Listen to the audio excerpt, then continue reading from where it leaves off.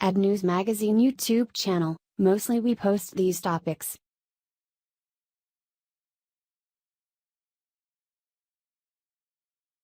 Mother thought her kids gave her soap as a present. But when she lathered up with IT the next day, she got a huge surprise. Not everything is as it seems. One mother found this out the hard way recently when she received a very special present from her kids. Ashford Evans recounted this hysterical parenting anecdote on the website called For Every Mom. I opened the door and was greeted by deafening silence. Heavenly, rare, deafening silence. It was one of those rare occasions where the hubs and I were ships passing in the night.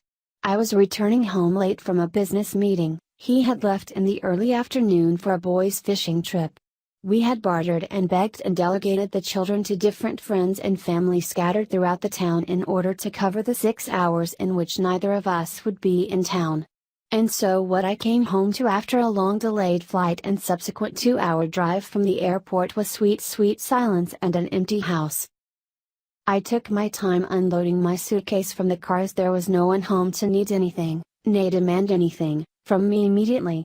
I schlepped my suitcase into the bedroom and made my way to the half bath after drinking one too many big gulps on the way home. When I entered the bathroom I was greeted by a sweet citrus smell. The entire bathroom seemed to have been scrubbed just before my arrival.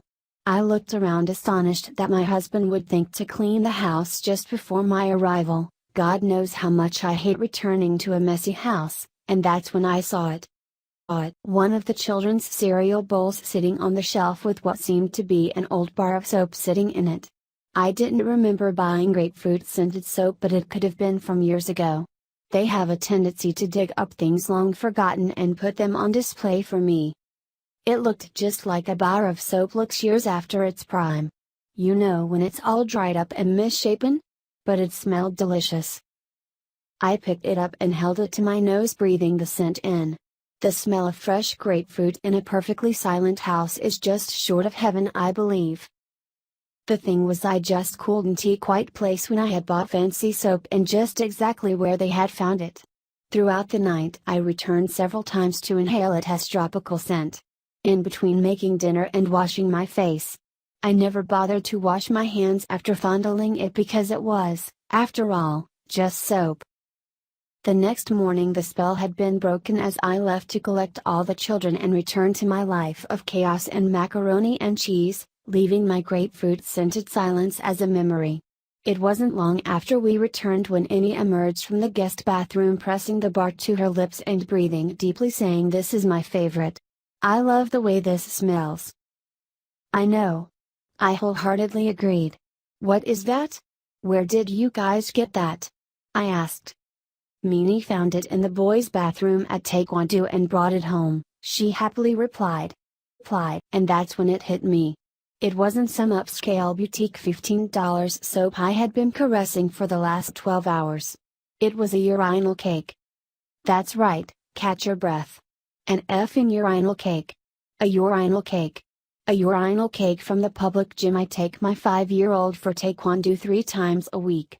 A urinal cake that has been peed on by at least 1,000 strange little boys that I just held against my cheek.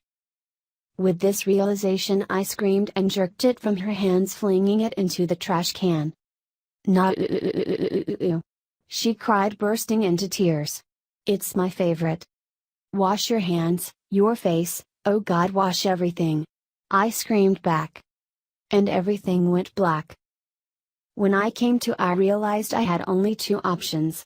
As I went through my memory and all the things I had touched, eaten, since touching the vile thing, I realized that in combination with all the things my kids had touched, we really didn't have much of a choice.